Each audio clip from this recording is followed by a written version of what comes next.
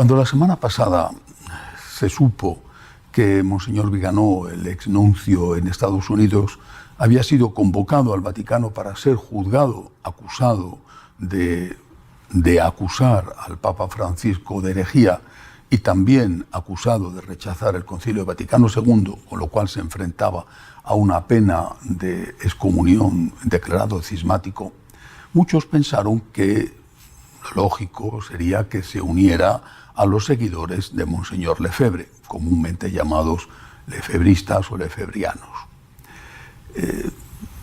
Quizá porque ambos valoran la misa tradicional y porque ambos rechazan el Concilio Vaticano II. Por eso ha sorprendido a muchos que los seguidores de Monseñor Lefebvre, miembros de la Sociedad Sacerdotal San Pío X, se apresuraran a distanciarse de Monseñor Vigano. Sacaron un comunicado inmediatamente diciendo que Monseñor Vigano es sedevacantista, mientras que ellos consideran al Papa Francisco como el legítimo sucesor de San Pedro, como el Papa válido, el Papa que está gobernando la Iglesia en plenitud de sus derechos. Y de hecho ellos rezan en todas las misas como cualquier sacerdote católico, citando al Papa Francisco como el legítimo romano pontífice. Esto, repito, ha sorprendido a algunos que pensaban que Viganó y los lefebrianos eran la misma cosa, y no es así. Una de las cosas de las que se acusa a Monseñor Viganó es precisamente de ser un sedevacantista, cosa que los lefebrianos insisten en que ellos no lo son. Eso significa, de momento, que no parece posible que Lefebvre, si fuera excomulgado, se uniera a los lefebrianos. Posiblemente encabezaría una nueva iglesia donde aglutinaría a los así llamados sedevacantistas. ¿Qué son los sedevacantistas? Son aquellos que dicen que el último papa legítimo fue Pío XII y que a partir de ahí ningún papa de los que los católicos consideramos papas ha sido un verdadero papa. Me refiero a San Juan XXIII, San Pablo VI, el beato Juan Pablo I, San Juan Pablo II, Benedicto XVI y el actual pontífice, el Papa Francisco.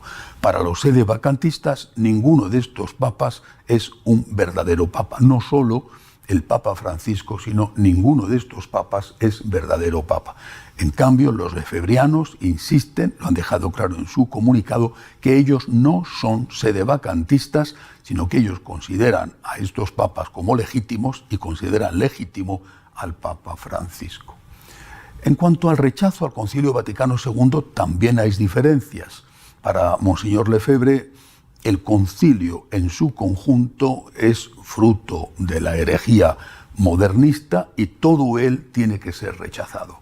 Mientras que los seguidores de Monseñor Lefebvre matizan y rechazan algunos puntos del Concilio Vaticano II. Por ejemplo, el concepto de libertad religiosa, entendido, según ellos, como que cualquier religión es válida si se sigue con recta conciencia para salvarse.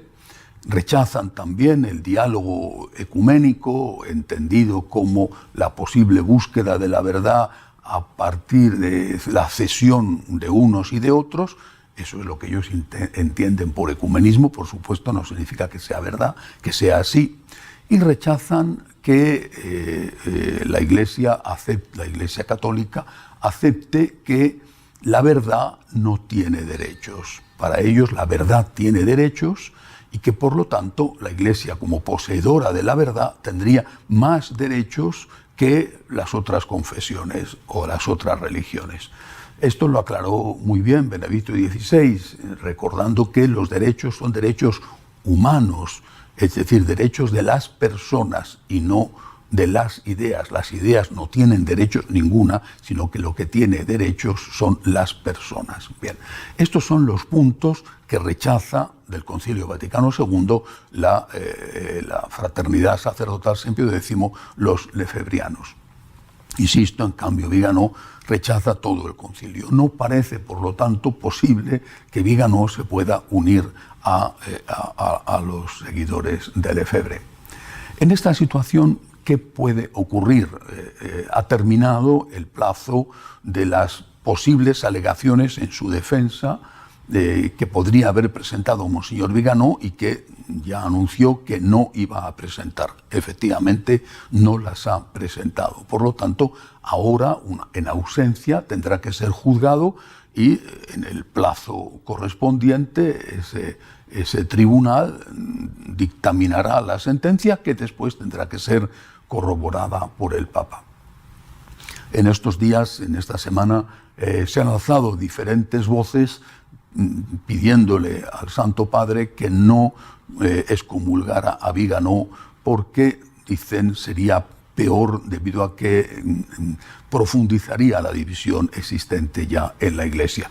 Todas estas voces han condenado a Viganó, o sea, no ha habido voces de dentro de la Iglesia que se pusieran de su parte, han dicho su acusación de que el Papa es ilegítimo no está fundada, eso hay que demostrarlo, y si no, no se puede decir, y su rechazo al Concilio Vaticano II le pone fuera de la Iglesia. Otra cosa distinta es cómo se ha aplicado el concilio, que fue lo que comenté la semana pasada. Si lo que se rechaza es el concilio, es una cosa diferente a si lo que se rechaza es la aplicación del concilio según el llamado espíritu del concilio, que ha sido una aplicación en ruptura y una aplicación muchas veces liberal que no tenía nada que ver con la palabra de Dios y con la tradición. Pero son cosas distintas. Rechazar el concilio es una cosa, rechazar una mala aplicación del concilio es otra diferente.